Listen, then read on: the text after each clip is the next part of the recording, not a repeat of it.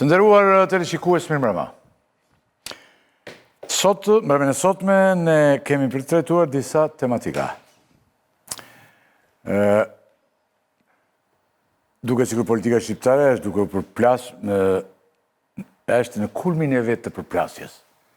Por në fakt nuk ndodh asgjë. Dhe kur nuk ndodh asgjë, ne marrim disa tema, të cilat të gjitha bashkë bëjnë një. Ngjarja më e bushme në javën që po mbyllim është aratisja e Altin Ndocit nga Spitali Durrësit, një personazh i akuzuar për 4 vrasje me pagesë. Është një mendimi është një aratisje planifikuar, me kujdese, me dita e tjera. Ne do të përpiqemi të qimtojmë dhe të themi gjërat se atë nuk është se janë trajtuar në këto ditë. Edhe pse ka një intensitet shumë të lartë publikimi i kësaj ngjarje. Po edhe për shkak të krizës së ngjarjeve që thamë. Do të flasim për këtë çështje, për temat të tjera dhe cilat për vendimin e gjykatës kushtetuese për të kufizuar SPAK në përdorimin e dhënave nga telefonët që sekuestron. Edhe ky është një moment shumë interesant. Është zbardhur vendimi, se është një vendim i Mojit Korik, më duket. Korik është një vendim. Edhe ndonjë tematik tjetër që është e rëndësishme, ne do të trajtojmë pjesën e parë, në pjesën e dytë ne do të kthehemi te politika, por do të kthehemi edhe në një moment tjetër shumë interesant, besoj, ku Shtetet Bashkuara të Amerikës kanë vendosur në 75 vende një kufizim të vizave që ne do të diskutojmë këtë si moment, megjithse edhe pse një pjesë e mirë njerëzisht qoftë edhe njerëz që dëgjojnë një njeri që ka shërbyer edhe si ambasador dhe thoshte që burte Trumpin pse bën këto kufizime. Ishte shumë i gëzuar. Shoqja dhe opozita është shumë e gëzuar për këtë punën e këtyre vizave dhe është mjaft e çuditshme. S'ka lidhje me politikën, ka lidhje, shkojnë shqiptarët lindin atje. Tani unë po them një gjë që po e pash. Nuk të thira në ndihmë, do të thres për kur të pyes, nuk thira në ndihmë të më shpjegosh dhe të vesh në dyshim atë që unë po them. Unë po shikoj çfarë thonë. E gjithë opozita duke dalë sot dhe thotë që Shqipërisja ka hequr vizën si vend trafikant. Ato janë 75 vende. Dhe plot gjëra tjera. Nuk thira për këtë temë tani. Po mirë. Po që të jemi të qartë bashkë. Okej, kuptoj. Dhe të bëjmë emisionin, lutem. Shpartalloj emisionin në fillim. Klodiana Lala, gazetare dhe reduese në shënjesër në News 24, faleminderit shumë zonja Lala, Klodian Tomori, Sokol Bregu dhe Ferdinand Dervishi, faleminderit. Në një lidhje direkte, unë për një moment, për të folur për këtë problemin e vendimit i gjykatës kushtetuese, për telefonat që sekuestron SPAK, unë do të kem edhe avokatin Ilir Gërdupi që do të na japë sqarime. Për këtë më pas, sigurisht, do të jemi më pas. Tani, kalojmë, zonja Lala, pas se të fillojmë, a mundet të bëj një pyetje? Zotje Edi Rama ka fillu tani një si luftë, luftra shumë, po një luftë edhe me gazetarët. Ka replikuar me ju në rrjetet sociale, si keni pritur këtë dhe a doni të bëni një koment. Ç'pati Edi Rama vallë me ju? A u shqetësuat nga statusi tia? Jo, ç'ishte kjo gjë? Në fakt, as nuk e kisha idenë që kryeministri kishte reaguar për një status në rrjetin tim social në Facebook. Rrjeti social është personal, aty kam mendimin tim personal, fotot e fëmijëve të mi dhe të familjes time, megjithatë kishin shkuar deri aty tek ajo që unë e konsideroj personale. Megjithatë, për te personales, unë i kam bërë një pyetje kryeministrit. A mundet zoti Rama të më dërgoj një foto të inceneratorit të Tiranës që funksionon? Dhe nëse mundet, zoti Rama, më dërgoj, sepse unë kam reaguar edhe në emisionin tuaj herën e kaluar për shkak të përmbytjeve, a mundet kryeministri i vendit të më dërgoj një foto ose t'i provoj opinionit publik shqiptar që inceneratori i Tiranës funksionon? Fakti është që inceneratori i Tiranës nuk ekziston fare, ndërkohë që nga taksat e qytetarëve shqiptar janë paguar dhe janë shvatur miliona euro.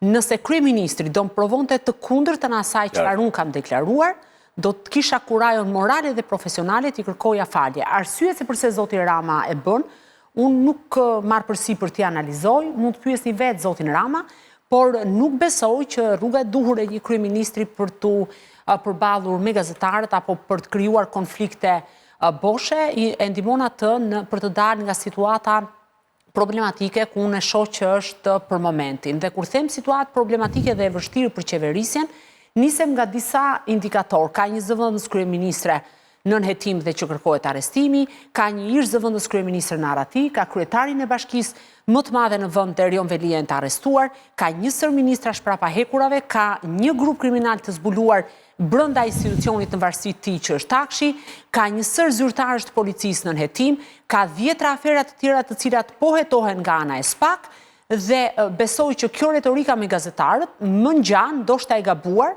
le të më gjykoj opinioni nëse e them tamam, është një përpjekje e dëshpëruar e tij për të tërhequr vëmendje.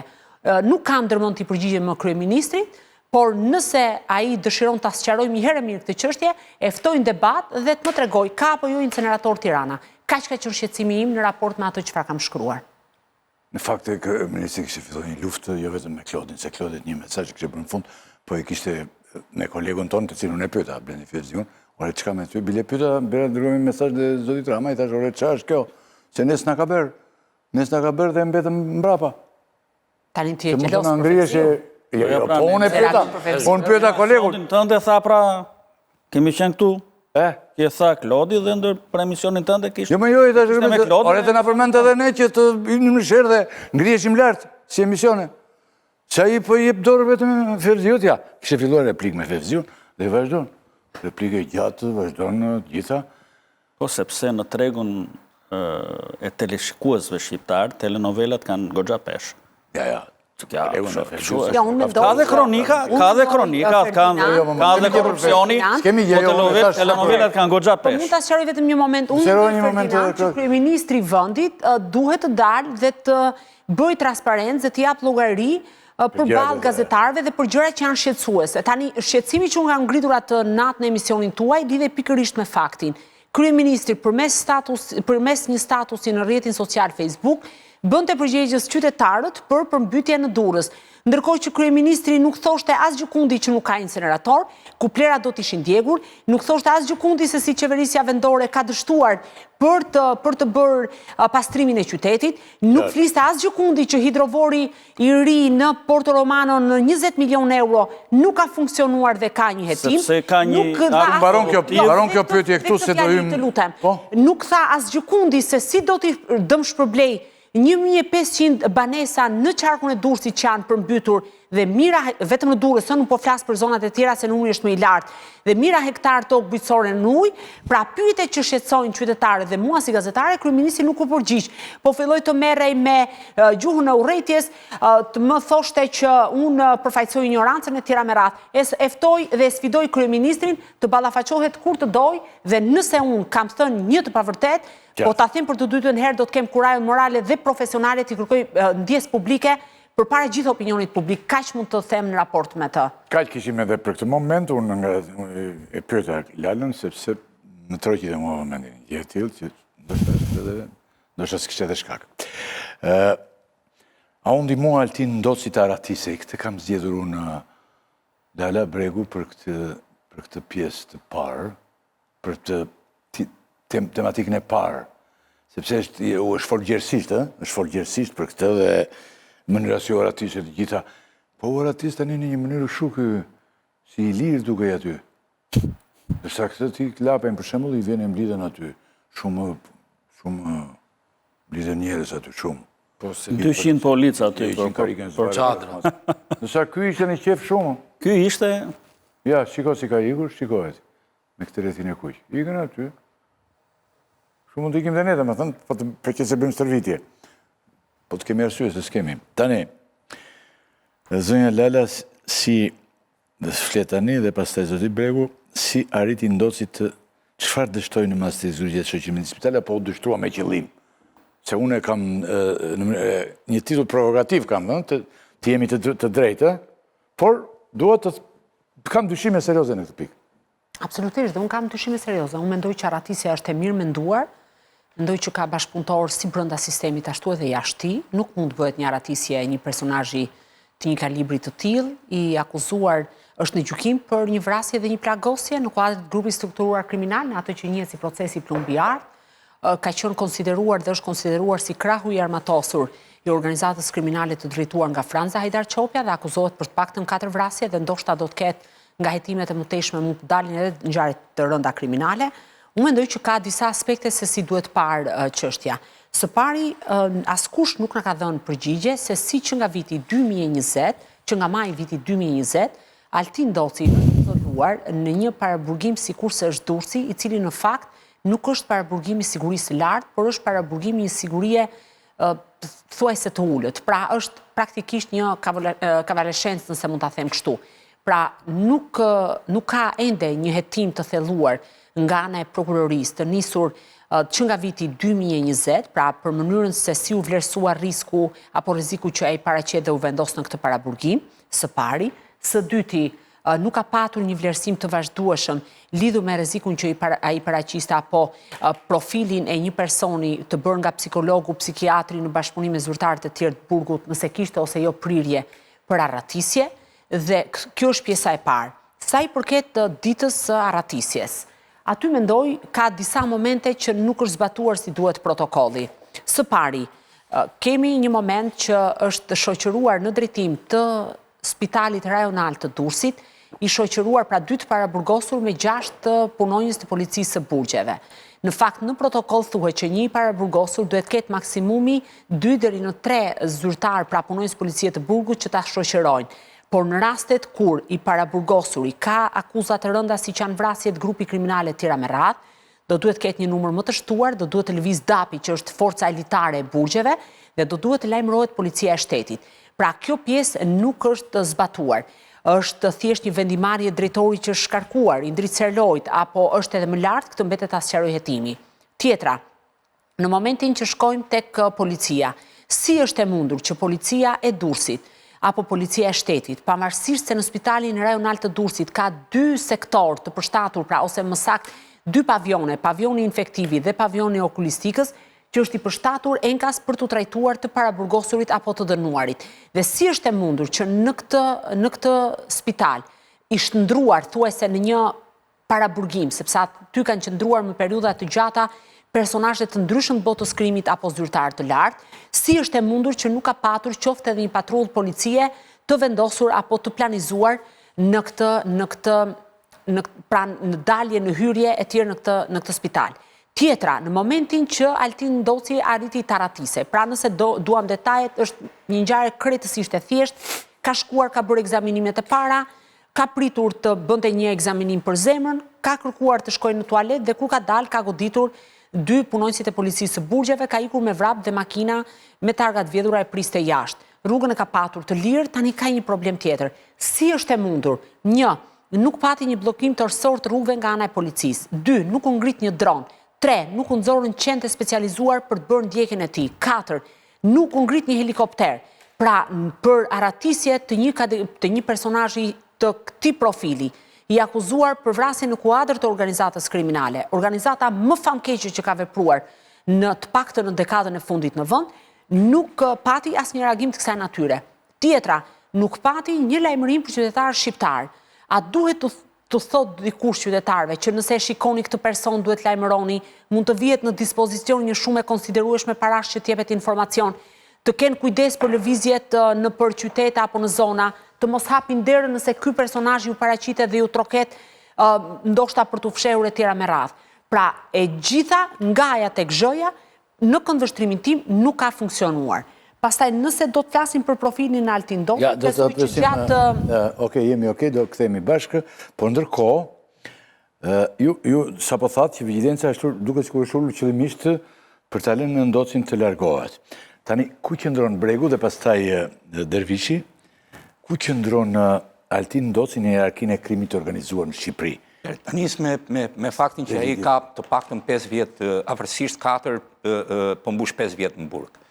5 vjet i japin një mundësi familjarizimi, po në të njëjtin burg të Durrësit, i japin një mundësi familjarizimi me policët aty. Fakti që ata e shoqërojnë për në spital pa pranga, ka një besim ndaj tij. ai shoqërohet pothuajse 2 herë çdo javë për në Tiranë të marrë pjesë në proces gjyqësor. Pikërisht të burgosurit në momentin që të gjejnë pikën më të dobët, atë dhe shfrytëzojnë.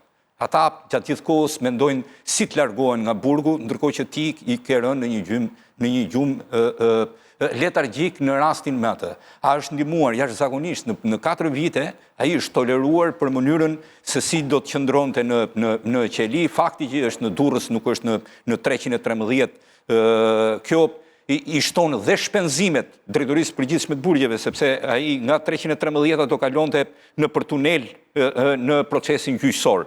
Fakti që është në Durrës dhe shoqërohet me fugona për të marrë pjesë në proces gjyqësor, kjo jo vetëm që shton buxhetin, por i jep një mundësi që ai të ketë alternativa për t'u larguar. Duhet të themi një gjë. Burgjet shqiptare janë më të sigurta. Burgjet si burgje kanë 3 sektor sigurie dhe kur kush nuk mund tiki. Mund të qash sektorin rrethin e parë të sigurisë, 2 të tjerat nuk i çan dot. Kështu që e vetmja mundësi për t'u arratisur është kjo, që ti të marrësh një shërbim jashtë dhe të gjesh mundësinë ose të jesh në përpara 5-6 vitesh, po të shohim në gjykatën e Vlorës, ai duke i dhënë vendimin gjykatësi, sa i hoqën prangat që të njihej me vendimin, iku me vrape se kapi dot më njëri. Edhe akoma është në Aratin, qofse është një mënyrë, sa i dha vendimin, iku nga gjykata, policët vetëm rrinin në këmbë. Pra, ai e dinte vështirësinë e tyre. Për sa i përket elementit të befasisë, në momentin ai e ka ditur që të tjerët tikën, ai mund të ketë shkuar në spital disa herë dhe duke parë çrregullsinë e gardianëve. Pra, ata që e shoqëronin nuk mund t'i jepnin një ndihmë për shkak se e dinin që do shkonin në burg. Dhe duke qenë 8 veta, nuk mund të merrnin 8 veta pjesë në një arratisje. Ka një gjë, ai që ai është gënyer, infermieri dhe doktori i spitalit është gënyer me idenë se besoj që kanë marrë në dyshimet e mia duhet kanë patur një raport të jashtëzakonshëm me të burgosurin dhe ata kanë kujtuar gjatë gjithë kohës që ky po shoqërohet për në spital me idenë që më vonë do marrin ndonjë kartel shëndetësore e ka rregulluar siç e rregullojnë të burgosurit të tjerë për të dalë nga burgu si i smur rënd dhe prandaj ata i kanë dhënë shoqërim, nuk i ka shkuar kurrë në mendje që ai do arratisej. Është kryer put një gabim i mënyrës së tokës së shoqërimit në një personazh të tillë shumë të rrezikshëm për jetën edhe shëndetin e njeriut, nuk mund të lihet në këtë lloj forme. Ata kanë qenë të familiarizuar me të dhe kanë kujtuar se ky nuk do të bëjë. Kush është tani në hierarkinë e krimit? Ky është për mendimin tim është një ndër rastësit më gjaktot, pavarësisht se familja e kam dëgjuar në media familjen e tij që i ka hedhur poshtë të gjitha akuzat. Mund të mendoj që Nurettin Dumani si një penduar i drejtësisë, duke qenë se gjatë gjithë kohës jashtë burgut ka patur me këtë në përplasje dhe del në komunikimet e tyre në Sky dhe ECC, qoftë edhe në dosjen e SPAK vite më parë, që pikërisht Altin Doci ishte konflikti me cilin Nurettin Dumani pati një përplasje me Talo Çelën për shkak se në një vrasje, pikërisht për atë që e akuzon Erion Alibeaj, që i ka vrarë një të afërm, Nurettin Dumani nuk ka marrë pjesë dhe vendin e tij e ka zënë Altin Doci. Vrasja Andi Zulifit në 2019. Dhe ky ka qenë pikërisht kjo vrasje ka qenë dhe konflikti i tyre. Por mendoj një gjë tjetër, sado që mund t'i shtojë ndonjë akuzë Nurettin Dumani për shkak të një përplasje që mund të kenë patur dhe mund të kuptohet, nuk mundet nga një që mund t'i shtojë të shkojnë 5. Dhe 5 vrasje për cilat akuzohet janë shumë. Ndërkohë që grupi për cilin ai ka shërbyer është një grup që gjatë gjithë kohës ka hedhur shumë para për t'i dhënë lehtësi, mbase jo për t'u arratisur, por për të gjetur dhe kanë një fuqi të jashtëzakonshme financiare, për të gjetur një mundësi që ky të dilte nga burgu si i smur shëndetësor. I doli përpara arratisja, kapi elementin e befasisë në një moment, me 2 mund ta gjesh, i fizikshëm ishte, arriti, bravo i qoftë në gabimi është i policëve, ne merremi me të, po një burgosur i përjetshëm, ka i super shprehje të dikujt që kishte tentuar 7 herë të arratise, i thanë, na lodhe, i thanë, nuk mund t'ikësh, po unë këtë punë kam, thanë, i burgosur i përjetshëm jam, unë do tentoj t'iki. ju paguenit më mbani burgat. Saksimin Lala dhe pastaj Tani, Ferdinandi. Altin Doci u arrestuar në 2020 pas dëshmisë së Klevis Sallës, i cili pretendonte që ky personazh ishte i përfshirë në dy ngjarje, në vrasjen e vëllezërve Besmir dhe Viktor Haxhia dhe më herët të dy miqve të tyre, Angelo Avdia dhe Dorian Shkoza.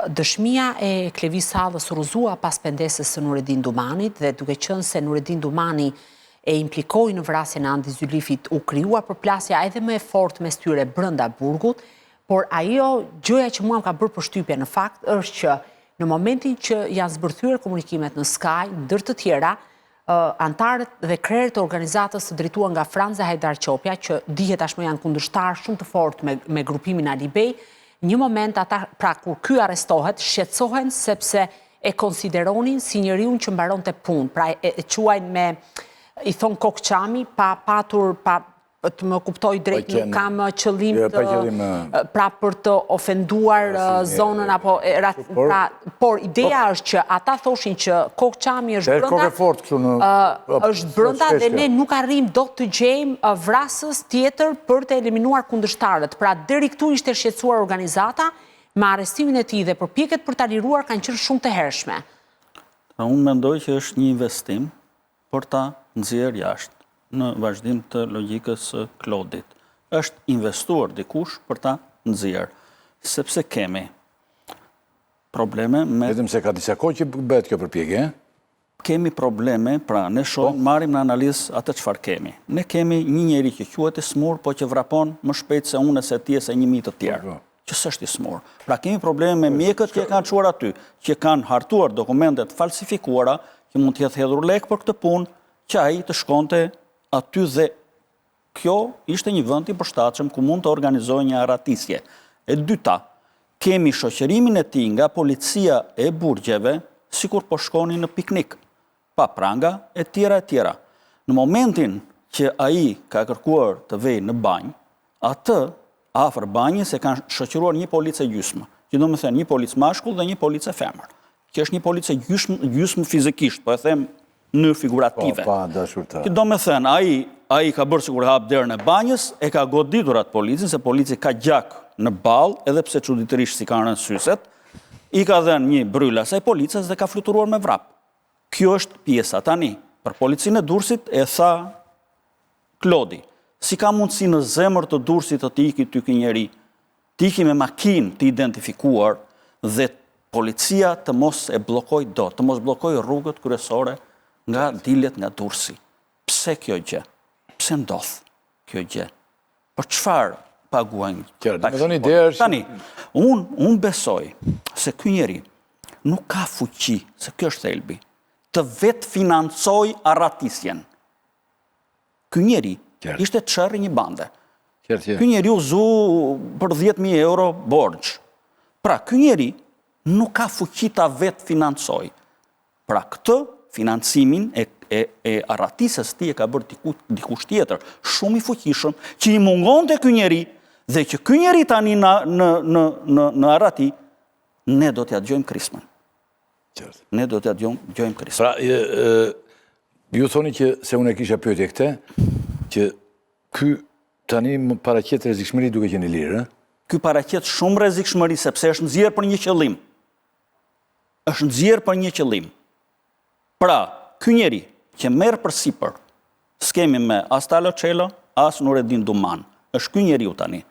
Ky njeri që merr përsipër dhe që vlerësoi, që e tha Klodi, di dhe unë këtë informacion, që banda e vlerësonte shumë, banda e Qopjave. E vlerësonte shumë, na preu krahët ky, që kapën. Më kupton? Tani, ky njeri është i lirë. Po kështu etiketoni. Pikpyetja është, për çfarë do përdoret? Kaq. Klodi kena një gjë për... Jo, fushës time. Jashtë fushës, por ndërkohë, do me thënë, paraqet rrezikshmëri tani duke qenë i lirë, thotë zoti Bregu Ferdinandi, për sigurinë në burgje... Profesori vrasës me pakese kakshme. E mban mend kur arratisat Mirta Fili, Fran Marashi dhe disa të dënuar të tjerë nga burgu i Drenovës, donte shteti t'i kapte dhe i kapi për 8 orë, rrethoi gjithë Shqipërinë. nuk la pikë kufitare të toksore, ajrore, nuk e di, do më thënë, donte me pa tjetër t'i arrestonte. Nëse donte shteti ta kapte, Altin Dosin sot do t'a kishe të arrestuar. Dhe nuk do dëgjonin babajnë të thoshim se djali im është njeriu më, sigurisht për babajnë është, por ka 5 akuza për vrasje bisupe. Problemi është që ka patur një apati nga gjitha institucionet, çka mua më bën të dyshoj se ka patur një interes shumë madhor që ai të ishte jashtë. Dhe mendoj që njerëzit që kanë financuar, në fakt nuk e duan që ai të jetë i lirë, e duan për të kryer shërbime, për të eliminuar kundërshtar, për të vënë gjoba, për të kërcënuar. Aratisjet më të bushme, kush mund të mi thot mua veç kësaj deri tani? Po ai që iku ishte i jashtëzakonshëm në mënyrën e tij. Ky i Vlorës. E kanë parasysh, kanë përshtypjen që dhe opinioni e mban mend që duke u dhënë vendimi, iku me vrap, doli, iku. Pastaj normalisht që më e frikshmja dhe ajo që u mor mas me njerë është absolutisht kjo e burgut Drenovës për një arsye sepse aty kishte armë që u përdorën, ishin futur armë dhe ajo ishte vërtet të gjithë ishin të dënuar me burgim të përjetshëm. Një tjetër arratisje po e tillë është ajo e Tafilit në Shkodër, i cili vajti për të parë nënën e tij të smur, doli nga dritarja e dhomës ku banonte, vrau 2 persona 2 ditë më vonë se ishte arratisur dhe u kap në rrethana shumë çuditshme në afërsi të repartit të Renea, duke i sikur kishte dalë nga burgu vetëm për të marrë hak, domethënë gjakun, siç e konsideroi ai, sepse në të vërtetë vrau vetëm 2 buq, pavarësisht se ata ishin të afërm të njeriu që ai dyshonte se i kishte vrarë babajnë. Që arratisen për të vrarë. Ajo që mbaj mend që është më e trishtja, është e vitit 2003 gjatë transportit të një të burgosuri nga Korça për në Tiranë, në Librazh normalisht ishte rruga e vjetër, ndalojnë policët për t'i dhënë për të ngrënë mëngjes, ishin nisur herët, i japin dhe të burgosurit me dënim burgim të përjetshëm se po vinte drejt Tiranës, i japin dhe ati byrek për të ngrënë në mëngjes, i thot mi hiq prangat, i vrau të 2 policët, po pastaj gjatë një aksioni e ekzekutoi Renea. Unë kisha edhe një Ka një moment interesant arratisja e Dritan Rexhepit nga paraburgimi i Durrësit, tentojnë atë kohë kishte një plan për të vrarë një ish prokuror të krimeve të rënda, u arratis edhe që atëherë Dritan Rexhepi ka arritur të arratiset nga disa burgje në vendet e Bashkimit Evropian, madje mënyra se si u arratis ka qenë shumë interesante sepse pasi mbaroi marrjen pyetje, oficerët menduan që ai do të lirohej, mori një nga ato palto që ishte aty, mori dhe një dosje të prokurorit dhe të oficerit, edhe tha që unë mbarova punë do iki, dhe vetëm pasi kishte dalë nga rrethimi i drejtorisë, dhe komisariatit të policisë, e kuptoi policia që ai ishte arratisur. Pra, ishte shumë interesante teknika dhe mënyra që ai përdori për të ikur. Ajo e rënda e këtyre historive është që një pjesë e këtyre që janë arratisur, pas janë arratisur kanë vrarë. Për shembull Lulcaka doli në 99-ën nga burgu i Lushnjë si preu atë hotelat, po sa doli pas një muaji vrau 2 djemë të rinj për nënën që i kishin vrarë, shenjakmarrje. Kemi arratisjen e Dritan Dajtit nga gjykata e Tiranës me stilin e filmit Kumbari, me atë pistoletën e futur te Galixhanti i Banjës, e tjera. Jemi vend me shumë ngjarje të tilla. Unë kisha një pyetje tjetër këtu, por e largova atë sepse Bregu shpjegoi që siguria të gjitha këto gjëra këta i bëjnë përgjithsisht jashtë burgjeve, përfitojnë duke dalë nga burgu sepse burgjet kanë një siguri është maksimale, janë 3. Një tjetër arratisje që nuk e kapi policike dera është ajo Arbërçekajt në 313. Në fund fare mbasi kaloi 2 të parat, tek e treta polici me 430.000 lekë mbushi kallashin dhe nuk të lë se shkon. Unë nuk po e bëj këtë dhe po kaloj tani direkt te pika tjetër që ne kemi, disa problematika, thëmë, problematika e dytë, gjykata kushtetuese frenon spakun. Qëzi? Zonja Lale, përpara se diskutojmë për këtë vendimin e gjykatës, ne do të kemi këtu vendimin e avokatit Ilir Gërdupi, pak minuta, Ilir mirëmbrëma, faleminderit. Do presësh fare pak minuta, sepse unë do pyes pak zonjën Lala, para se të kaloj te ju, sepse përpara se të diskutojmë për gjykatën kushtetuese për të dhënat e telefonave sekuestruar, kemi një vendim fundit për arrestin shtëpiak Sali Berishës. Çfarë vendosi gjykata kushtetuese? Të ditës së sotme. Një të zgjatje thoshte çfarë ishte kjo? Atëherë, zoti Berisha, se pikërisht vendimin për zotin Berisha jam duke hapur dhe duke parë, sepse gjykata kushtetuese e bëri më në fund të publik. Gjykata kushtetuese mori në shqyrtim në datën 17 dhjetor kërkesën e zotit Berisha, i cili kundërshtonte si masë antikushtetuese arrestin në shtëpi, dhe në atë kohë ka një vendim të arsyetuar, është vendimi që sapo është publikuar, po ja dërgoj edhe bashkëpunëtorëve tuaj që ndoshta e kemi më të qartë për ta sqaruar. Atëherë gjykata kushtetuese ka arritur në konkluzionin që masa e sigurisë arrest në shtëpi për ish kryeministrin Sali Berisha ka qenë jo në proporcion të drejtë me nevojat e hetimit dhe ka qenë një masë e tezgjatur. Dhe konkretisht, gjykata thotë, pra të ndalem me qenë se u bë publike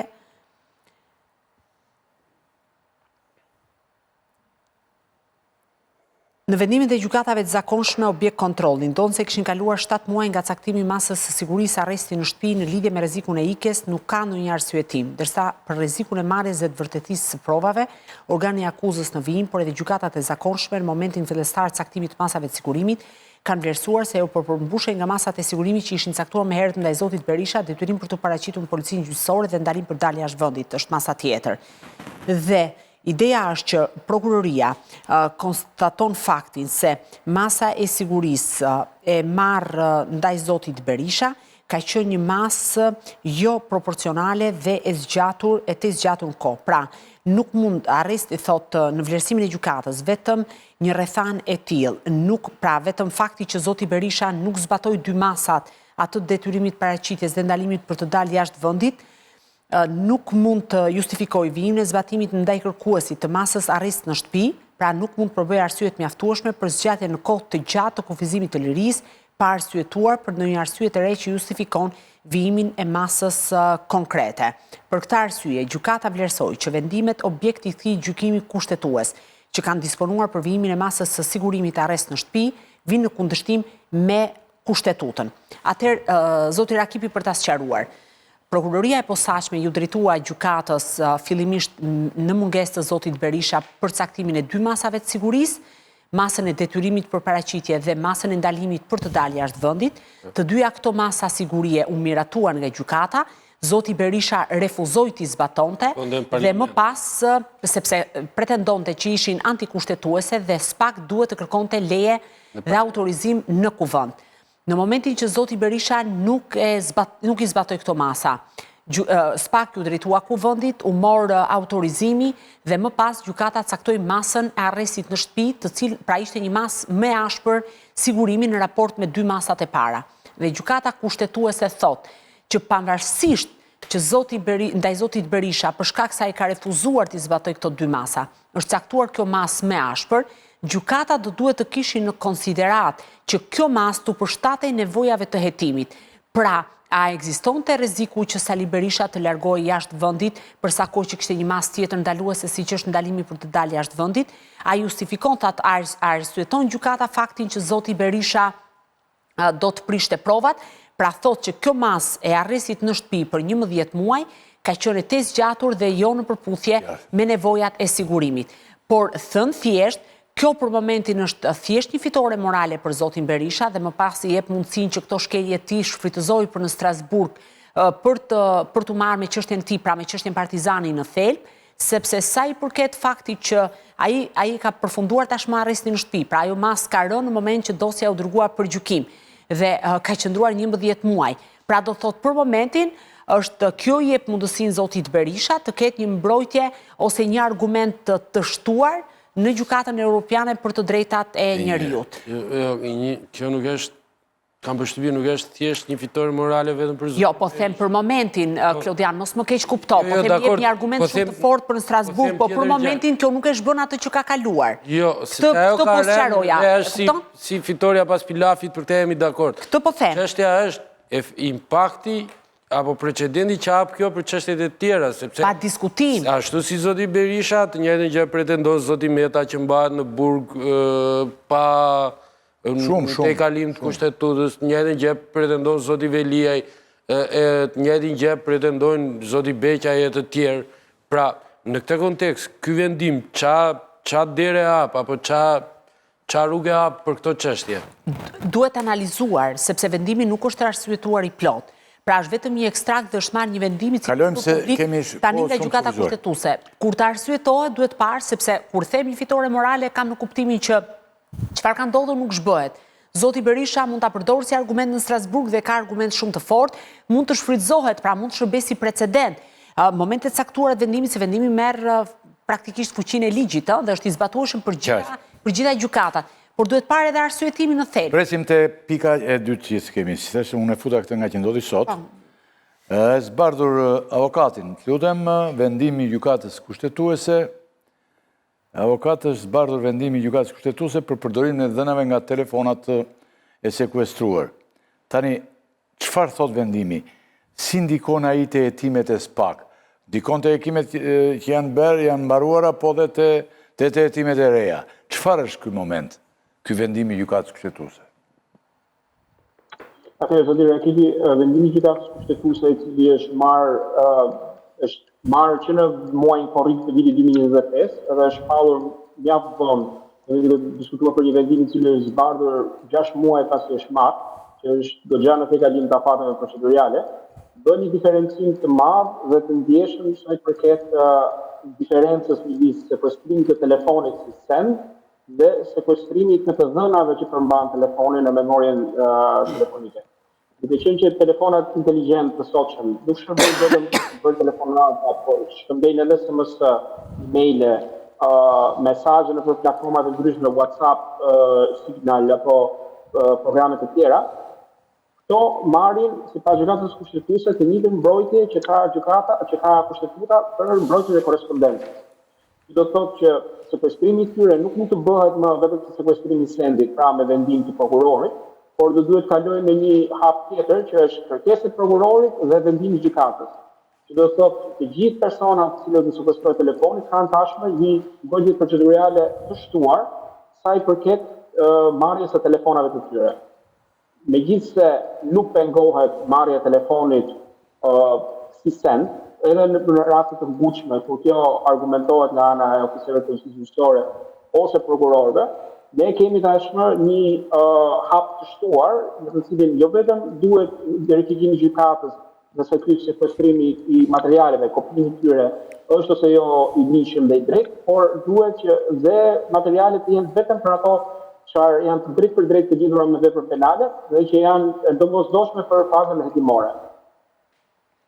Avokat, mund na ilustroni këtë vendime në një... Jo, ta shpjegoni konkretisht, kur është SPAK në shkelje përsa i përket dënave që përdor nga telefonat e sekuestruar? E mori telefonin, si që e marrin kudo tani, në rrugë, kudo e... Kur është në shkelje?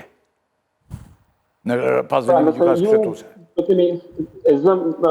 Marrim një shembull që ju, zoti Rakiti, i thirreni në SPAK, nuk jeni person hetim, jeni vetëm person të jeni të ngjarjes dhe ju thonë që ju lutem do lini telefonin. Ju keni të drejtën ta kundërshtoni.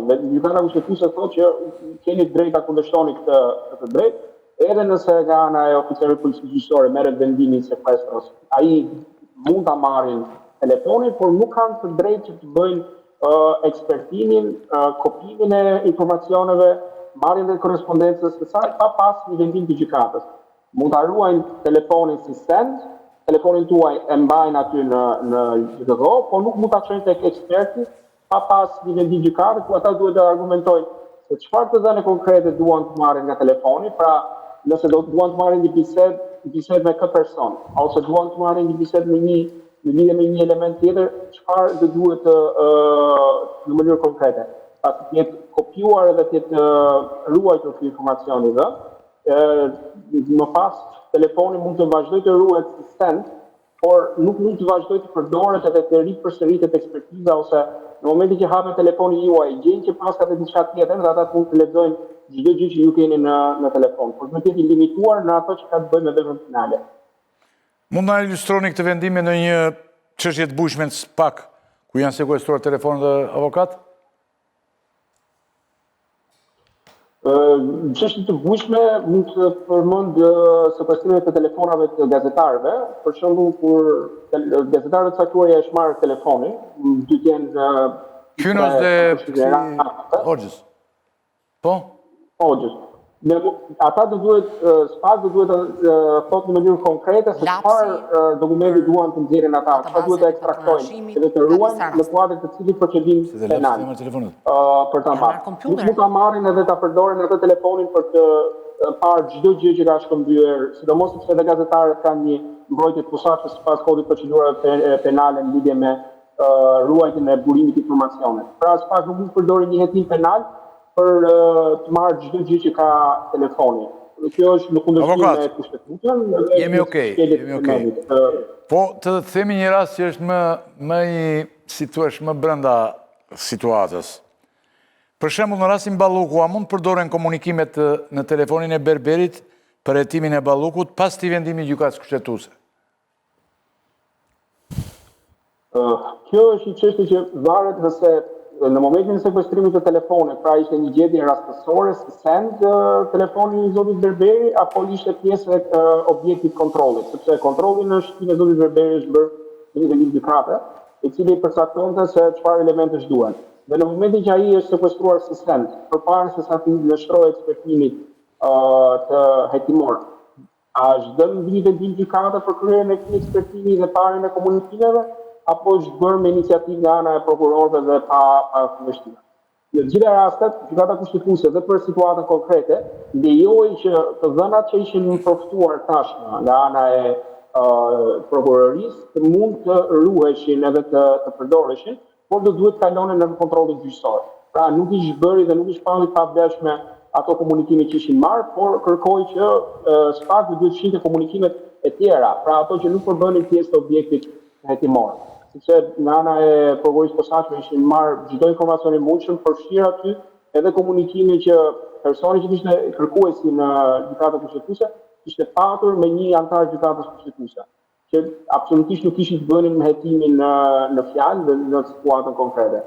Dhe madje ata i përdorën i çuan si kërkesë edhe në gjykim dhe kërkuan përjashtimin e gjyqtarit. Pra SPAK ishte marrë çdo të dhënë aty në telefon, pa u kufizuar fare që ishin vetëm me personat që dyshonte që personat për djelimin e ngjarjes po bënte komunikimin. Në rastin konkret duhet parë qartë se nëse në telefonin e zotit Berberi ka kaluar për fazë procedurale ose jo. Nëse nuk ka kaluar, nuk ketë hapësirë për të goditur si për papërdorshmëri dhe pavlefshmëri dhe nuk do mund të përdoret si provë. Avokat, çfarë hetimesh të tjera mund ndikohen nga ky vendim? Për shembull, dim që hetimet për kryetarin e Bashkisë Shkodrës ka nisur nga sekuestrimi një telefoni për tjetër çështje, krejt tjetër. Si mund të ndikojë ky vendim? Ndikon telefoni i zotit Berberi. Ishte po telefoni i zotit Berberi, sepse aty kishte telefoni i zotit Berberi, po. Po një telefon ishte, po të njëjtat komunikime dhe këtu hap një debat shumë të gjerë në lidhje se ky vendim sa ndikon tek hetimet të tjera. Pra unë marr një telefon dhe ky telefoni gjej çdo gjë aty, gjej që krahas faktit që ka bërë korrupsion personi, ka bërë dhe një vepër tjetër penale. A do mund ta përdorim këtë të dhënë apo jo? Vetëm sepse fakti se telefoni u gjetë edhe u sekuestruar në mënyrën legjitime.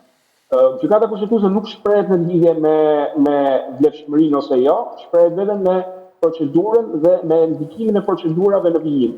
Kjo do sjellë në të ardhmen që askush nuk do japë telefonin në mënyrë vullnetare. Dhe edhe pasi ta ketë dhënë pasi të jetë marrë telefon që si merret forcerisht, do duhet kaloj një procedurë shumë rigoroze kur do hapet telefoni dhe çfarë mund të zbulohet edhe çfarë mund të shqyret në momentin që hapet. Pra nuk mund të shqyret gjithçka. Atëre, avokat pa u larguar ju, unë shtroj një pyetje të rëndësishme besoj për të ftuarit, për një koment të tyre. Ç'mendojnë ata për këtë vendim? A e vështirëson punën e SPAK? A është vendim që mbron të drejtat dhe liritë e individit? E shtroj këtu dhe ju në ndiqni dhe ndryni. Unë mund të komentoja pak atë, sepse është shumë rëndësishme kjo. Më rëndësishmja besoj deri tani në këtë vendim është që nuk ka efekt prapaveprues, që do më thënë në raste... Nuk ka efekt prapaveprues, do më thënë në raste sekuestrimesh apo hetimesh, kur nuk është bërë ankim kushtetues më parë, ose kur procesi është përfunduar. Pra, dikush që mund të ketë bërë një ankim, po, ka një efekt. Ata që s'kanë bërë një ankim kushtetues, nuk ka efekt, ato procese që kanë mbaruar, nuk ka efekt. Kjo është, besoj se është e rëndësishme për të thënë.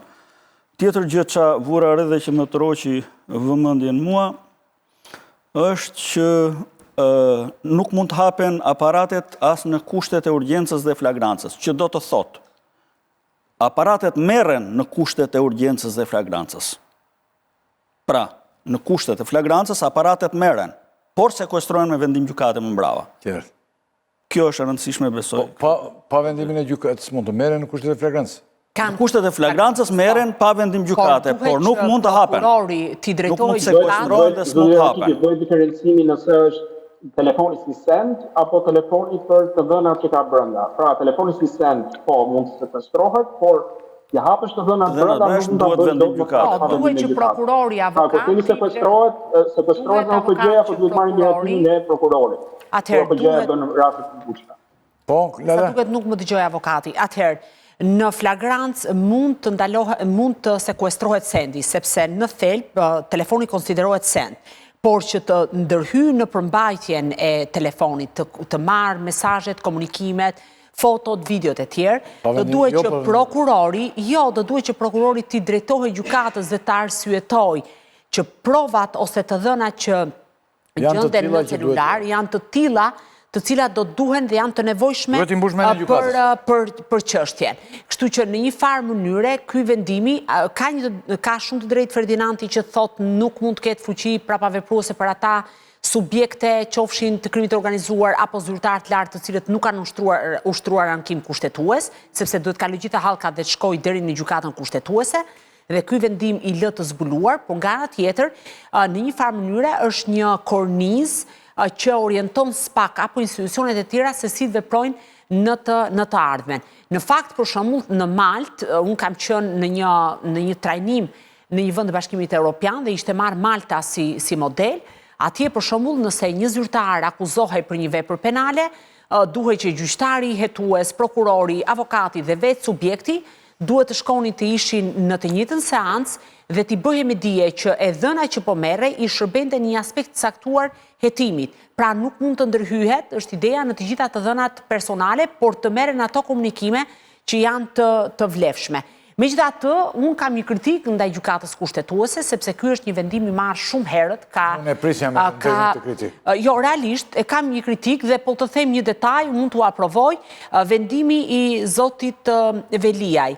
Vendimi i rastit konkret që ne po përmendim janë publikuar pas një ankese zyrtare që unë kam bërë në gjykatën kushtetuese. Dhe këtë mund t'u aprovoj sepse shkresa ime është me protokoll, sepse kishte kaluar te çdo dyshimit arsyeshëm, pra në kuptimin që edhe ngarkesa sado që të justifikojë gjykata kushtetuese, nuk mund pafundësisht të mbante në sirtar dhe pa arsyetuar një vendim që në thelb do duhet të ishte i zbardhur në kohën më të shpejtë të mundshme. To mori Bregu në një fjalë për këtë? Shiko, dy probleme nuk e di se sa i adreson ky vendim. E para, këtu kishte filluar një praktik që nuk është shumë për të patur zili. U merrej telefoni njerëzve në rrugë, pra kujtdo. Dhe ishte arritur deri aty sa merrej telefone dhe njerëzve të cilët nuk ishin në hetim, po ishin ose në rolin e personit në djeni, ose dyshote prokurori që ky mund kishte ndonjë djeni për këtë çështje, dhe hajde se po ja marr telefonin. Dhe rasti konkret mbi cilin është marr vendimi është pikërisht i tillë. Personi të cilit i është marr telefonin, në mos gaboj, ka qenë një person në djeni, se Klodi i di më mirë, apo jo Klodo? Pra nuk ka pas statusin as të hetuarës, as të dyshuarës. Pra, këtu Madje dhe kur u hakerua SPAK-u, dokumenti parë që rrodhi ishte pikërisht një nga dokumente që lidhe me sekuestrimin e celularit të zonjës. Tu besoj që duhet ketë një kufizim dhe nuk e di se sa e kufizon në praktik. Ky vendim sepse ata mund ta marrin gjykatës. Dhe pastaj e marrin dhe vendimin e gjykatës. Problemi i dytë është që ose po thoj se jo. Jo, ideja është ndërhyrjet arbitrare, se që prokuroria do hetoj edhe patjetër që do sekuestroj dhe celular, në gjithë botën. Nuk është një gjë... Shumë dakord, do sekuestroj... Po me vendim gjykate mund ta marrë. Po patjetër, absolutisht jam dakord. A bëhet kontrolli me vendim gjykate, më fal. Ose bëhet kontrolli me vendim gjykate dhe kjo me vendim gjykate? Absolutisht, sepse marrja e telefonit kontroll personal futet në kategorinë e kontrollit personal. Ka dhe një problem tjetër, se ty të merre telefoni, shkojnë të dhenat atje, hapen gjitha dhe pastaj nxiren pazar, që është problemi tjetër më i madh. Ndërsa pjesa e dytë interesante është ajo që nëse merret telefoni jot, sepse ti dyshohesh për diçka, do kërkohet thjesht ajo e dhënë për të cilën ti dyshohesh, pra ajo çështje për të cilën ty dyshohesh, apo hajde marrim telefonin dhe shohim aty, mund të ketë 1000 gjëra dhe hapim çështje sa të duash. Pra edhe këtu nuk e di, unë kam lexuar që e kufizon. Nuk besoj se kufizohet. Sepse Atëhere, vepra penale... Klodi sapo dha shembullin e Maltës, që kur ta marrin telefonin, ta marrin me objekt përcaktuar, ne do të kërkojmë... Qëse s'ka objekt përcaktuar, që do të thënë? Po. Atëherë merri telefonat e popullsisë, mirë nuk ka që po me Këtë thot dhe ky ligj. Edhe ky ligj këtë thot. Nëse thot duhet bëhet se Po këtë thot pra. Nëse ti merr telefonat, praktikisht mund të... Më fal, ka një gjë, një sekond. Te telefoni jot, unë inkriminohesh ti, po mund të inkriminohet dhe një person tjetër. Janë të dyja vepra penale. Po sigurisht. S'ka pse mua të me inkriminoj dhe atë tjetrin mos ta hetoj. Jo, nuk po them atë. Po them nëse ti dyshohesh, je në netim për diçka, dhe vinte telefoni yt, ta marrin telefonin. Do të marrin dhe do të kopjojnë, do të transkriptojnë vetëm atë pjesë për cilën po hetohesh, apo do të se mund gjenë edhe 20 gjëra të tjera. Nëse unë jam një vrasës me pagesë dhe mund jetohem për një episod, aty dalin dhe 5 episodet të tjera, brenda lojshës historia, qa do më thënë? Pa dyshim. Sepse nga këto kanë lindur disa nga dosjet më të bushme që ka spaku sot. Ky është paka shumë thjesht vetëm për t'i dhënë një frenim, që ata të mos veprojnë direkt pa një urdhër gjykate, më së tepërmi unë e shoh që ndihmon vetëm personat që punojnë në sistemin gjyqësor, pra për një gjyqtar, për një prokuror, ti nuk mund të pëse, pro pastaj ai gjykatës më thua një rast që GKK-ja ka rrëzuar një çështje të spakut. Një, nuk ka. Është bisedin e kemi përvazhdimisht në studion ton. Avokat për përfunduar. Atëherë komentet e zotit Tomori, që se mund t'ja përgjigje gjithë pyetjeve që shtroj, pyetjes a mund sekuestrojnë telefonat, kushtetuesja nuk thot asnjë gjë lidhje me këtë, pra mund bijojnë të sekuestrohen. Sa i përket pyetjes së dytë, aty bën një prenim edhe thot ekzaktisht atë që po kërkon zoti Tomori, që ti nuk mund të bësh nga ngjyshje fishing expedition, ekspedit peshkimi, që ti shkon edhe kapim çfarë kapim. Pra, të zbulojnë që informacionit zbulon, kjo nuk lejohet, nuk duhet zbatuar, është penguar. Dërsa në lidhje me këtë çfarë thot zoti Bregu, sa i përket detyrimit për të marrë një hap shtesë, ky është minimumi që mund të bëjë në Shqipëri në lidhje me garancitë kushtetuese, që të paktën të kemi një vendim gjykate sa i përket korrespondencës. Sepse jo çdo gjë që ne komunikojmë mund të kalojë në sitën e drejtësisë pa patur të paktën një lloj mase paraprake, sepse ajo mos zbatohet gjithsesi si korrespondenca. Pra si ti dërgoje një letër para 40 vitesh apo dërgoje një email para 20 vitesh që nuk mund të hapet pas një lloj kriteri dhe pas një lloj kushtizimi dhe as një lloj kufizimi. Avokat, unë falenderoj shumë që na ndihmove në këtë moment. Do të jemi në lidhje tjera ose në studio bashkë. Natën e mirë. Faleminderit, Natën. Tërë unë them që të kalojmë të një moment tjetër që është mjaft interesant, sepse para emisionin e kaluar unë thash disa gjëra këtu zoti Tomori që pjesa dërmuese atyre gjërave që tha Arben Ahmeti në intervistë ishin thënë dhe stërthënë, sidomos në median ku ne punojmë, këtu ku jemi. Durana, për shembull, ishte në paraqitje dokumentin, një mision që kishte qenë në MCN TV një vit më parë, dhe plot problematika tjera. Por Smart City, një moment tjetër i cili është bërë prerë të parë nga Klod Tomori, që unë e kam në studio. Bëri dhe Birnia dhe pastaj, bëri dhe Arben Ahmeta e gjithë, po, kjo nuk duhet të thënë tani që duhet marrë e vërtet kur e thot Arben Ahmeti. Ajo këtu ka qenë në media të gjitha dhe media ka kosure të pa numërta, pa si dyshim. Televizionit e mëdhenj, sidomos e gjithë, po ato duhet thënë me emra, me mbi emra, dhe jo me pse se bën njëri po tjetër media. Fakti është që pjesa dërmuese e këtyre ishin thënë dhe stërthënë, sidomos te media ku ne punojmë, te televizioni këtu, por dhe te kolegët, siç është rasti, Dhe unë kalova pas Duranës me misionin e kaluar, unë kaloj tani të Smart City, është një vjedhje, nëse është e tillë është vjedhje e trashë, apo inteligente, zoti Tomori? Dhe që është kjo s'pari? Po, tani Është projekti? Për ta kuptuar që është kjo, besoj... Thuhet që është aferë korruptive, që është kjo? Besoj, ja vlen të bëjmë historinë si ka lindur ky projekt dhe si erdhi deri këtu. Në prill të vitit 2024, Taulant Balla, që në atë kohë ishte ministri i Brendshëm, zhvillon një vizitë në Emiratet e Bashkuara Arabe, ku nënshkruan një memorandum mirë kuptimi me një kompani të quajtur Presite. Dhe në atë kohë të gjithë ne morëm ishin nga këto memorandumet që nënshkruajnë ta plot, por zoti Balla tha që bëhet fjalë për një marrëveshje sigurie që do rrit sigurinë për qytetarët dhe do sjell edhe mirëqenie. 6 muaj pas apo 7 muaj pas vizitës së zotit Balla, në Shqipëri vjen presidenti i Emirateve të Bashkuara Arabe, Al Nahyan, së bashku me stafin e kompanisë Presite, dhe nënshkruaj një marrëveshje me qeverinë shqiptare për projektin Smart City. Edhe gjatë nënshkrimit të asaj marrëveshje, nuk kishte detaje, nuk e dinte askush se çfarë ishte. Birn kishte publikuar një shkrim që bëj fjalë për një projekt survejimi i cili ka ngritur këmbana alarmi për shkak të lidhjeve që kompania kishte me Dhe të fjalë për kamera tani, Për kamera. Që t'ja themi popullatës qartë. Mallësia apo përmasat e projektit filluan të zbuloheshin mbasi, sepse qeveria e mbante gjithmonë sekret, mbasi u nënshkrua marrëveshja në Tiranë.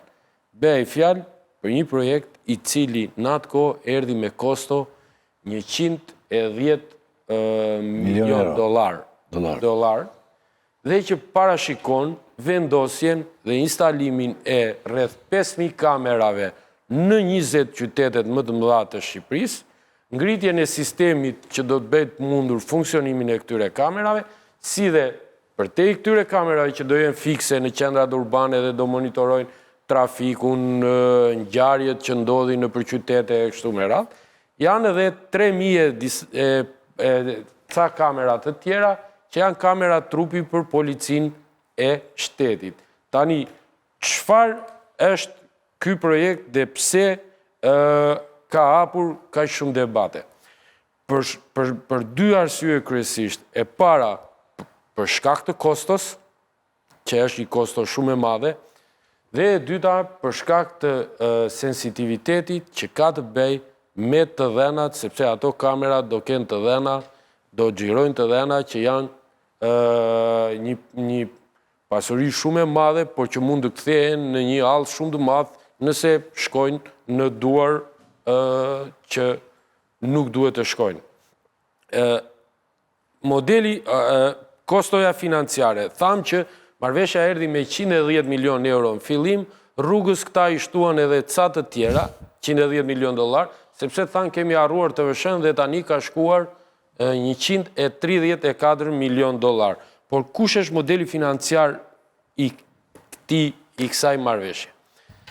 Parat do të merren borxh nga Emiratet e Bashkuara, pra nga vendi nga i cili po vjen kompania. Pra arabët do na japin borxh 110 milion dollarët.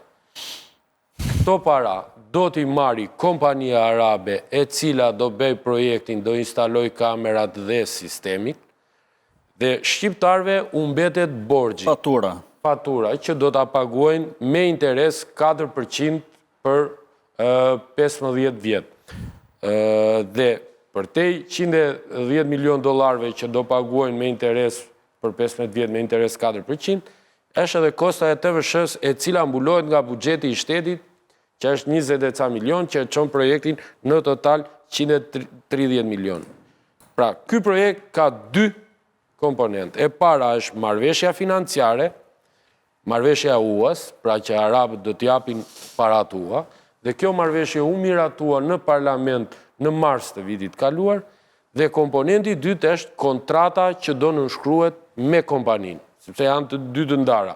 me kompaninë arabe. Kjo është pa tender. Pra kompania është përzgjedhur, s'ka tender. Arabët do japin parat, borxh, qeveria do i marri, do ja paguaj kompanisë arabe që do bëj sistemin. Qeveria, mbasi miratoi marrëveshjen e UAS. Pse konsiderohet një aferë korruptive? Mbasi marroi marrëveshjen e UAS në parlament, mbasi miratoi, caktoi një grup pune i cili do negocionte kontratën, se prandaj thash ishin dy gjëra, marrëveshja e UAS më vete, kontrata më vete. Dhe vendosi në krye të grupit punës ish zëvendësministrin e brendshëm Julian Odaj dhe shefin e IT-s në Policinë e Shtetit. Julian Odaj dhe zëvendësministri. Po, këta dy ishtë bashkëkryetarët për palën shqiptare. Dhe nga ana tjetër ishte kompania arabe që do negocioj kontrata dhe do firmosi. Me sa duket, zoti Odaj apo grupi punës kishte ezitime për ta firmosur. Kishte ezitime për shkak të sikleteve që mund të kishte kjo marrëveshje, apo kishte ezitime sepse kishte ndërhyrje nga faktorë të tjerë që nuk donin që kjo kontratë të shkonte në një kompani e cila vjen nga një vend jashtë NATO-s dhe që më parë është përfolur apo ka lidhje me Kinën, pasi pronari i saj është një shtetas i cili me origjinë shkineze, pra është kinez, parësi se tani jeton në Abu Dhabi, në Dubai, dhe kjo është bërë një kompani arabe. Dhe po të mbani mend ato pamjet e zotit Rama në telefon nga Roma që bërtiste i acaruar, ishte pikrisht telefonata që dyshohet se ka bërë me Julian Odaj, me ish zëvendësministrin, për shkak të ezitimeve që ky i fundit kishte dhe nuk po firmosnin kontratën, që me sa duket e kishin acaruar apo e kishin mërzitur kryeministrin dhe me njerë mbas ardhjes së zotit Rama, mbas kthimit nga Italia, zoti Odaj u shkarkua dhe në vend të tij u emërua Xhemal Qefaliaj, zëvendësministri i brendshëm, i cili mendohet se është edhe njeriu, jo mendohet, por që është njeriu që më vonë e firmosi kontratën. Pse cilësohet apo pse dyshohet si aferë korruptive? E para, $120 milion që jepen pagar, pa tender. Pa zhvilluar... Si janë të Emirateve të aty? Po, pa zhvilluar, janë të Emirateve, po borxhi do paguhet nga ne. Ata na japin borxh, këto 120 dhe ne do t'i kthejmë. Pra, një kontratë, $120 milion që jepet pas një garë, pas një tender qoftë edhe formal. Sepse këtu bëhen tendera edhe formal, që është caktuar fituesi, po të paktën bëhet një tender formalisht. E dyta është kostoja relativisht e lartë. Nëse ti bën pjesëtimin dhe shef numrin e kamerave me koston totale, i bie që do të paguhet diku te $15.000 për një kamera, që është një problem tjetër. Por, për te i kësaj kostos, shqetësimeve për koston, është edhe problemi i sigurisë së të dhenave, për shkak se kemi një kompani që vjen... Konkretisht në duart kujt përfundojnë dhenat, sepse këtu ka dyshime. Kompanisë që do bëj projektin, Presajtit. Po të shikosh, nuk e di nëse regjia... Në dhenat e qytetarëve do t'i kena ta në dorë? Po, Presajtit. Po kush është kjo kompani? Presajt quhet. Presajt. Po, është një kompani arabe, Presajt, pjesë e grupit GET-42. Qeveria s'ka bërë asnjë farë sqarimi për këtë? Jo, nuk ka bërë. S'ka si ta bëj. Po. Nëse regjia na mundson, sot ka një pustim shumë interesant ambasada amerikane. Po e ke dhenë ti këte? Jo, nuk e ka. Po se ka dhenë... Ta gjenë të faqe ambasadës. Dhe se ta gjenë ata në erdi fundit. Ku... Kështë thënë më përpara mua se nuk bëhet. Tuhet, si që ka thënë presidenti Trump, siguria ekonomike është... E kemi këtu? Kombëtare, këtu e kemi. Bje të lexoj unë dhe është Po, thjesht. lexoj ti... Si ka thënë presidenti Trump, USA Embassy Tirana, siguria ekonomike është siguri kombëtare. Ky parim, po, siguri ekonomike është kjo. Ky parim është veçanërisht i rëndësishëm në sigurinë publike dhe infrastrukturën kritike, ku teknologjia që zgjedhin vendet ndikon drejt për drejt në qëndrueshmërinë, sovranitetin dhe sigurinë e qytetarëve. E ngarkon me punë Nancy Von Horn, një aktivitet të ka thënë këtë të promovimin e teknologjisë amerikane të komunikimit. Pra, është nësot kjo dhe ka këtë kontekst? Është nësot dhe ka këtë kontekst, sepse flet për infrastruktura kritike, pra që janë është rasti Jam i qartë. fjalë, ndikon drejt për drejt qëndrueshmërinë, sovranitetin dhe sigurinë e qytetarëve. Dhe fotoja me të cilën, një nga fotot me të cilën është ilustruar apo ka dalë e ngarkuara me punë, ka në sfond logon e kompanisë amerikane Motorola Solutions. Motorola Solutions bën të njëjtën gjë, pra ka të njëjtin aktivitet, bën të njëjtën gjë që bën kompania që po merr projektin, kompania arabe që po merr projektin e kamerave në Shqipëri. Pra bën të njëjtin aktivitet. Pra kjo mund të jetë, duket shumë që të jetë rastësi, por pra vjen në një kontekst kur po kalon ose ka kaluar kjo marrëveshje dhe është hapur debati për këtë dhe mua më duket e drejt për drejt. Shkurt, e? Shkurt, ajo që kuptohet këtu është çmimi i fryrë një kamera. Pra një kamera, llogaritë ndryshme thonë që një kamera statike që do vendoset në rrugë shkon 52.000 euro dhe një kamera trupi që do vendosi polici 15.000 euro janë të merrsisht të fryra. Si kam që vendos polici këto 15.000 euro? 15.000 euro, e disa është 15.000 euro? Është gjysma e çmimit të shtëpisë ku banoj unë. 30.000 euro ka marrë. Tani e dim se po jo, ta dish. Se do ta lidhësh patjetër me një. Kurse dakord, 52.000, jo, ta din ato që na shohin. Mirë, më mirë. 52.000 euro janë 2 autovetura flak të reja për policin. 52. Po sigurisht.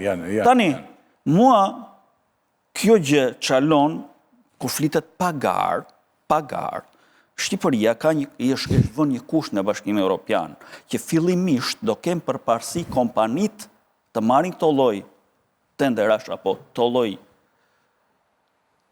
ofertash, kompani europiane që janë të shteteve të NATO-s. Është kusht. Ka probleme me këtë një gjë të ngjashme edhe te porti Durrësit. Dhe unë besoj se ky është një korrupsion që vjen që andej. Qartë. Pse? Sepse është lëvruar një fond shumë i majmë. Pra, nga i vendi atje, është lëvruar një fond shumë i majmë që do e fitoj, që ka fituar kompania po prej andej, që do fitoj sepse shumë të fryra çmimet, dikush do 7 fish. Dhe, pra, korrupsioni vjen që andej, por lekët do t'i paguajmë ne. Qartë. Bregu dhe Lala dhe me mbyllim këtë moment. Një fjali, unë nuk e njoh me kaq detaje kontratën, një fjali ditë ta them që në momentin që kjo hyri në procedurë me qeverinë shqiptare, ishte fakti i lejes ndihmës që qeveria e Emirateve të Bashkuara Arabe duhet na jepnin për ekstradimet. Dhe fill pas kësaj nënshkrimi memorandumi, personat që kërkoi kryesisht SPAK-u u ekstraduan drejt Shqipërisë. Dubai rasi një stre për shqiptarët dhe ishte shumë e rëndësishme, është një tjetër histori pse ne na dëmton në mënyrë financiare si qeveri dhe si shtet, po kjo ishte një marrëveshje për të na hapur dritën jeshile për jo ekstradimet, por dëbimet. Të gjithë personat e kërkuar u dëbuan dhe erdhën në Shqipëri. Kush i bie këtij telefoni? Atëherë, zoti Rakipi. Allah. Ka qëtëreni pas kemi blerë ekstradimet nga... Po. Zoti Rakipi, atëherë, unë nuk i di rrethanat dhe termat e marrëveshjes, përse kjo marrëveshje është lidhur mes shtetit shqiptar dhe Emirateve, apo kompanisë arabe, mos gabohem, Klodian? Arabe. Dhe do duhet ta hetojnë autoritetet shqiptare dhe në rastin konkret prokuroria ka gjithë mundësinë dhe potencialin për ta hetuar këtë çështje.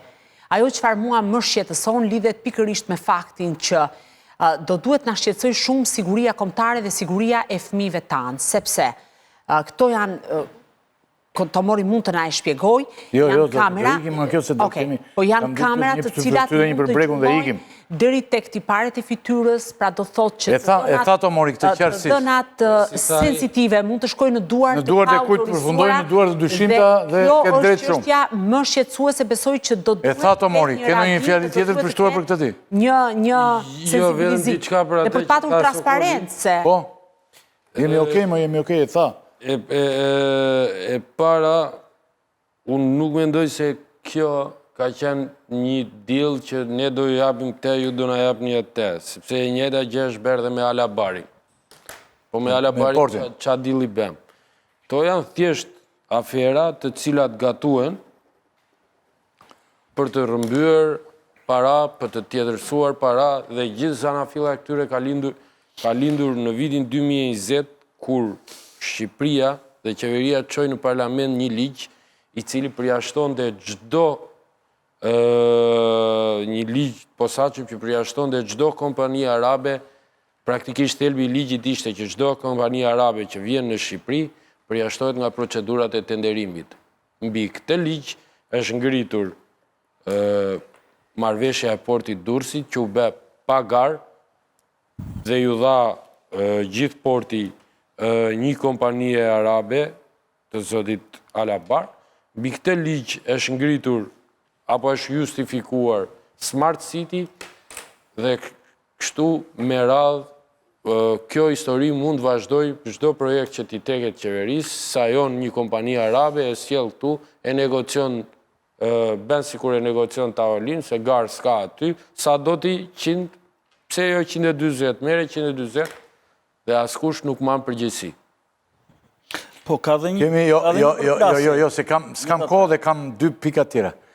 Do të mua më trojë vëmendjen sot një moment ku Bigjozi, do me thënë ku prokuroria në Lezhë shpërflasë me policinë, Bregun kam thirrur për të më sqaruar këtë çështje ky moment, por ndërkohë kemi edhe një moment tjetër, SPAK ka eton pasurinë e familjes Berisha, të cilën mund të avijojmë edhe më emisionin e ardhshëm, por a mund të themi pak gjëra tani, pastaj Bregu, për këtë mund të themi SPAK eton pasurinë e familjes Berisha. Po ka një hetim pasuror, sepse në gjitha rastet kur zyrtarët e lartë... Se u tha për shpitet gjithë... Atëherë, kur zyrtarët e lartë dërgohen për gjykim, për vepra penale... Jo, e kam konkretisht për shpenzimet e kuvendit Partisë Demokratike. Shpihet vetëm këtu. Hetimi pasuror shtrin efektet mbi të gjithë pasurinë e subjektit dhe personave të bashkëlidhur, pra familjarëve të tij. Në rastin konkret, thirrja e Belind Kolliçit, pra deputetit aktual të Partisë Demokratike dhe disa eksponentë të tjerë, lidhe pikërisht me mënyrën e financimit të kuvendit të rithemelimit të 11 dhjetorit 2021. Pra SPAK, me sa duket, edhe pse nuk ka dhënë shpjegime zyrtare, por nisur nga mënyra se si janë pyetur persona dhe interesa që kanë patur prokurorët, duket se janë të interesuar të dinë kush janë financuesit e kuvendit të rithemelimit në 2021, a janë bërë këto financime, pra a janë deklaruar në përputhje me ligjin, si janë shpenzuar parat, si janë bërë pagesat për stadiumin, për të gjithë, pra për gjithë mënyrën e organizimit të kuvendit. Sepse duhet kemi parasysh që është marrë me qëra stadiumi e Rodbenja, ka patur të gjithë bazën materiale që është dërguar aty për të organizuar ky kuvend. Po ashtu është bërë edhe votimi nga antarësia për zgjedhjen e komisionit nëse mbani mend të rithemelimit. Dhe në këtë aspekt, SPAK me sa duket është duke parë edhe këtë çështje. Se çfarë rezultati do të jetë, kjo pastaj mbetet për të parë, sepse përgjithsisht hetimet pasurore zgjasin. Por ideja është... Pra, duket një hetim i thelluar për familjen Berisha. Po, ka disa hetime për disa zyrtarë të lartë, nuk është vetëm për zotin Berisha. Po kjo shifra stadiumi sa shkon kjo për kuvendit? Unë nuk jam në gjendje ta them, sepse Partia Demokratike duhet vetë ta deklarojë, ndërkohë që SPAK në kuadër të hetimit mund ta kërkojë përmes, pra mund të bëjë sekuestrimin e gjithë dokumentacionit, sepse kompania që ka Rodbenja duhet të mbajë kontrata për dhënje me qerata ambientit në momentin kur zhvillohen aktivitete të cilat normalisht duhet paguar edhe shumë qeras. Kështu që ajo është një pjesë që përket SPAK-ut dhe unë nuk jam në gjendje ta them, ndoshta vetë Partia Demokratike duhet ta kishte bërë publike. Kjo duket pak si e sforcuar tani se nuk veti aty. Jo, ai ka kohë që e ka nisur.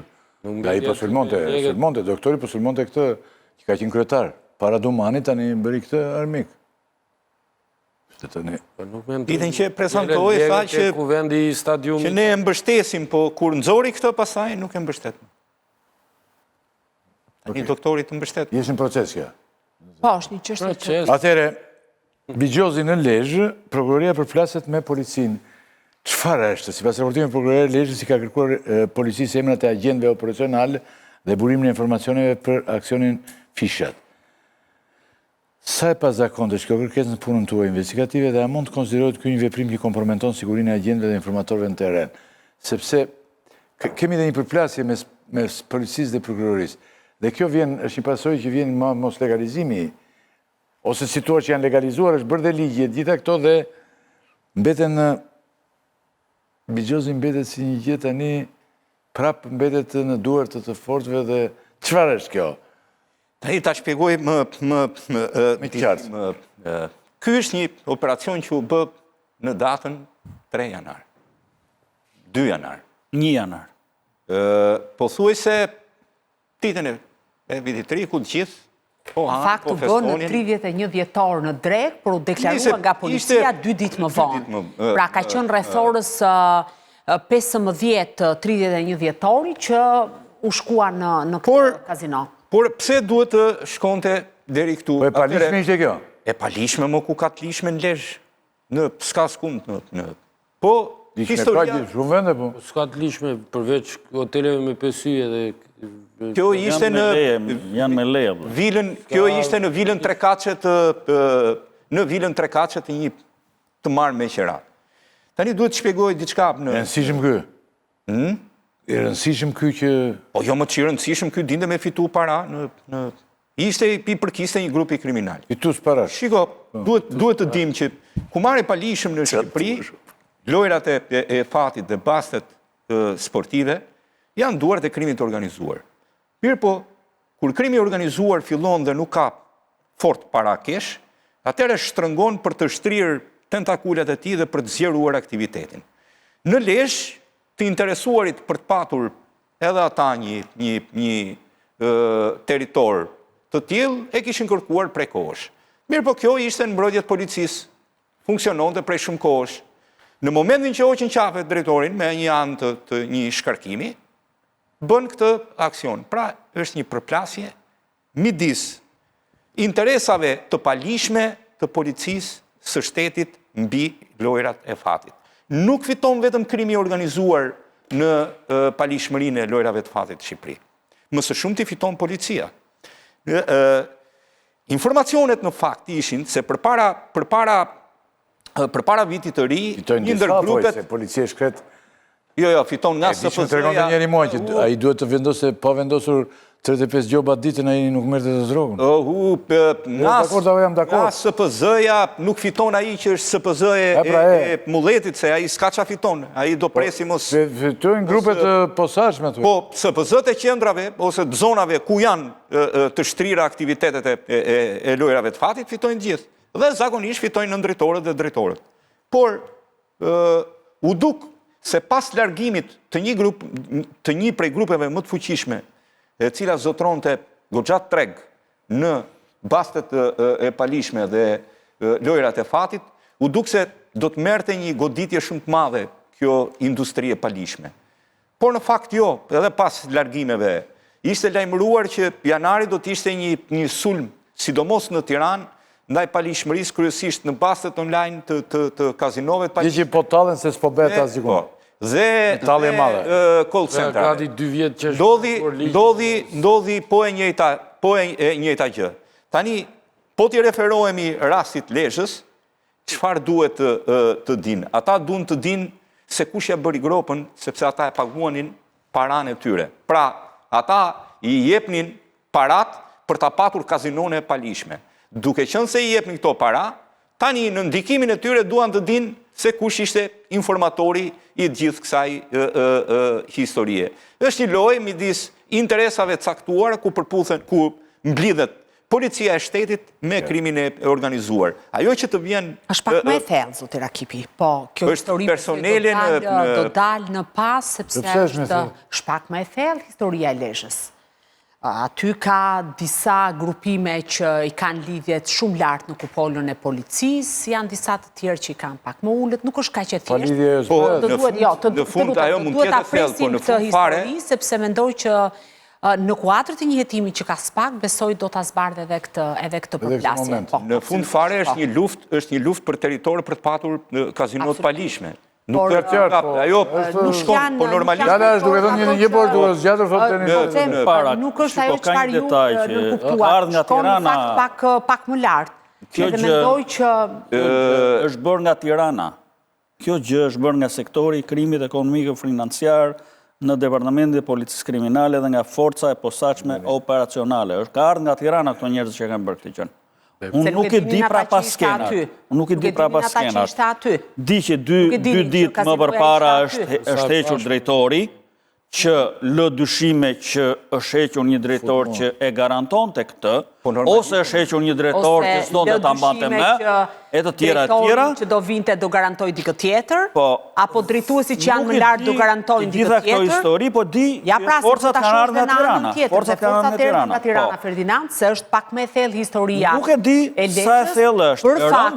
Për faktin, absolutisht jam shumë dakord që policia është e lidhur kokë e kom me lërat e fatit. Po jam këtu biem dakord të gjithë. Çështja është që nuk e di si janë vizë gjërat nga lart, por unë nga informacioni zyrtar po flas. Nuk po flas nga gjërat që si di. Tu qëndrojmë pak edhe mendoj që Lezhë do të jetë një histori që do të shpërthej më vonë, sepse biznesmeni që ka shkuar dhe ka shtrirë tentakulat atje, është një biznesmen që ka një ndikim të jashtëzakonshëm, edhe mendoj që në fakt do duhet ishte subjekti spakut jo të shtrinte tentakulat atje.